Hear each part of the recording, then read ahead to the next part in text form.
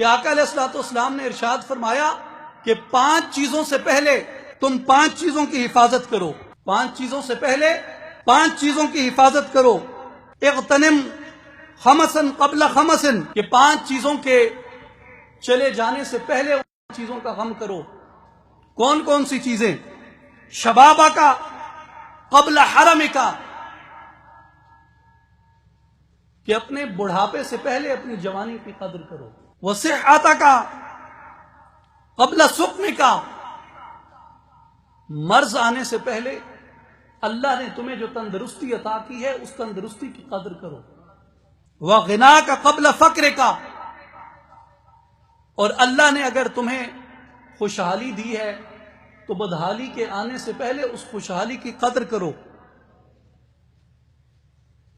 وفراغ کا قبل شغل کا، اور اللہ تعالیٰ نے تمہیں جو فرصت عطا کی ہے اپنی مشغولیت آنے سے پہلے اس فرصت کی قدر کرو۔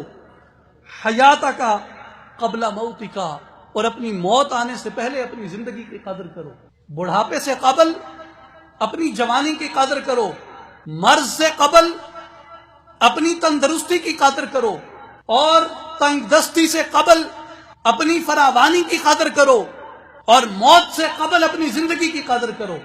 یہ وہ فلسفہ حیات ہے جو آقا علیہ الصلوۃ والسلام نے ہمیں ایک بطور امتی کے تو دیا ہی، لیکن آقا علیہ الصلوۃ والسلام نے ہمیں بطور اپنی اس تحریک کے کارکن کے بھی عطا فرمایا، کہ جس تحریک کی قیادت خود رسالت مآب امام الانبیاء محمد الرسول اللہ صلی اللہ علیہ وسلم فرما رہے تھے۔ اور یہی وہ چیزیں ہیں جن کا ہمیں جا کے اللہ تبارک و تعالیٰ کی بارگاہ کے اندر حساب دینا ہے اور اس کا احتساب دینا ہے۔